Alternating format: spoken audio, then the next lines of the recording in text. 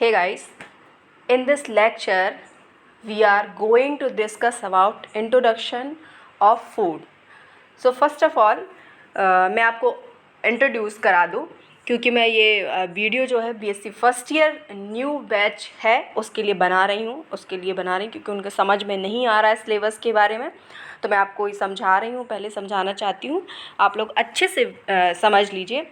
BSc nursing first year में nutrition और biochemistry एक सब्जेक्ट होता है जिसका सिलेबस मैंने आपको शेयर किया है। अगर किसी को नहीं भी मिला है तो आप मुझे प्लीज़ कमेंट सेक्शन में बता दीजिए, या मेरा फ़ोन नंबर भी है आप लोगों के पास, तो आप मुझे बता सकते हैं।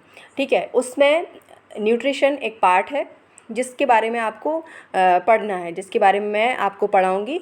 And I Nisha Singh, assistant professor हूँ मैं CMTC कॉलेज में। तो मैं आप लोगों को न्यूट्रिशन पढ़ाऊँगी। ठीक है, न्यूट्रिशन हम स्टडी करेंगे। आप लोगों को मुझे पता है कि ये नया सब्जेक्ट है, क्लास आपकी नई क्लास है। अभी आप स्कूल से कुछ बच्चे जो हैं कॉलेज ज्वाइन कर रहे हैं, उनको बीएससी फर्स्ट ईयर में उन लोगों ने एडमिशन लिया है बीएससी नर्सिंग कोर्स में, तो उनको ये सब्जेक्ट अभी थोड़ी न्यू लग रहे होंगे, अभी समझ में नहीं आ रहा होगा।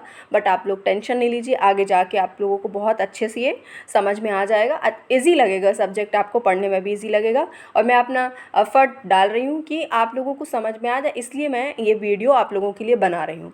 ठीक है, और आपके जो भी डाउट है आप मुझे कमेंट सेक्शन में बताएं कि आपको और कैसे समझना है, आपको क्या समझ में नहीं आ रहा है वो आप मुझे बताइएगा please. So let's start. First of all, introduction. Food is the prime necessity of life, cannot be sustained without an adequate food for growth and development. So first of all, मैं आपको ये भी बता दूं, मैं इंग्लिश में ही video बना रही, हिंदी और इंग्लिश दोनों मिक्स करके मैं आप लोगों को पढ़ा रही, क्योंकि हिंदी और इंग्लिश दोनों के स्टूडेंट्स होते हैं, आप लोगों को अच्छे से समझ में आए, इसलिए मैं वीडियो इस तरह से बना रही हूँ। ठीक है, तो food is the prime necessity of life, can not be sustained without an adequate food for growth and development. Food हमारी लाइफ का बहुत इंपॉर्टेंट पार्ट है। फूड जो है, हम बिना फूड के नहीं रह सकते। ठीक है, 1 दिन, 2 दिन, 3 दिन, 10 दिन, 1 मंथ। ठीक है, वैसे मैं बोलूँ ना तो 1 मंथ तो नहीं रह पाएंगे, बट फूड जो है हमारी लाइफ का एक बहुत इंपॉर्टेंट पार्ट है, जिसके बिना हम लाइव नहीं रह सकते। ठीक है, जीवित नहीं रह सकते हैं। And adequate food for growth and development, हमारे ग्रोथ एंड डेवलपमेंट के लिए हमें फूड जो है वो हमारे जब से मदर के बुम में माँ ने हमें कंसीव किया, जब से हम मदर के बुम में आए तब से हमें वो चाहिए, growth and proper growth and development के लिए। ठीक है, फिर all food are not the same quality. All foods, जो भी सारे फूड्स हम लेते हैं, आप लेते हैं खाने में, जो हम वाटर है और फ्रूट्स हैं, बहुत सारे डिफरेंट चीज़ें हम खाते हैं।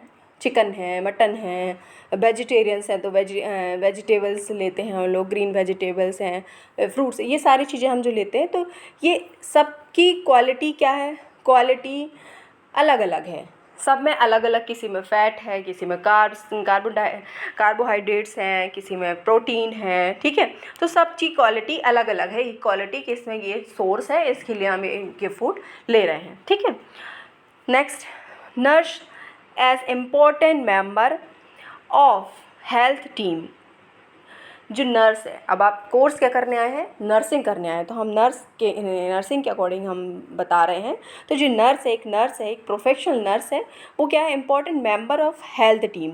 एक हेल्थ टीम का एक इम्पॉर्टेंट मेंबर है जो क्या कर सकती है? पर्सन को गाइड कर सकती है प्रॉपर डाइट के लिए, फूड के बारे में गाइडेंस बता सकती है कि आपको किस प्रकार की बीमारी में या डिसीज़ में किस प्रकार की डाइट लेना है।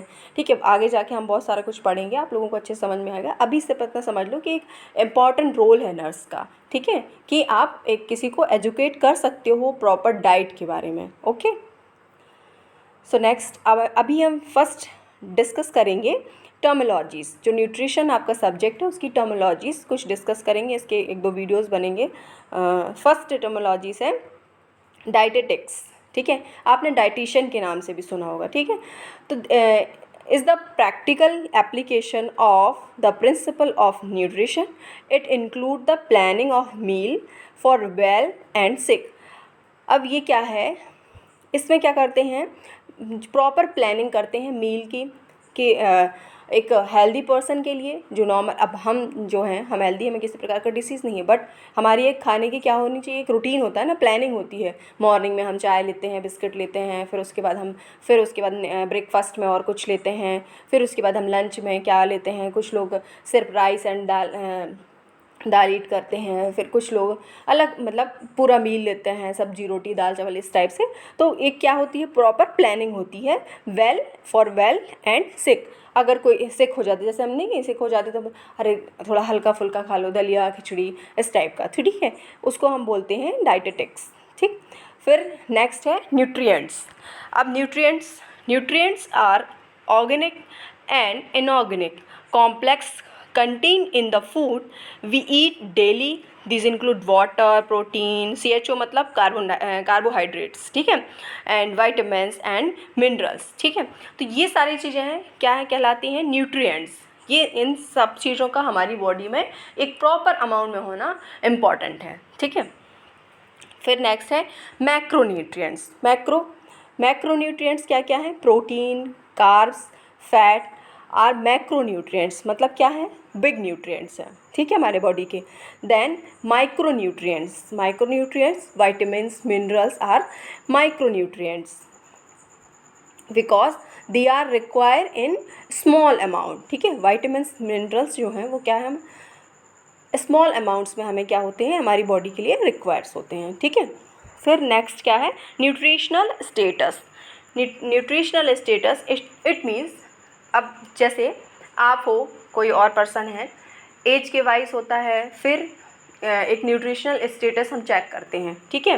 प्रॉपर पहले तो हम क्या लेंगे, हिस्ट्री लेंगे उसके बारे में, पहले से हम पूरा एक बात करेंगे, उससे डील करेंगे कि आपकी डाइट जो है, आपकी किस तरह से आप डाइट लेते हो, ठीक है।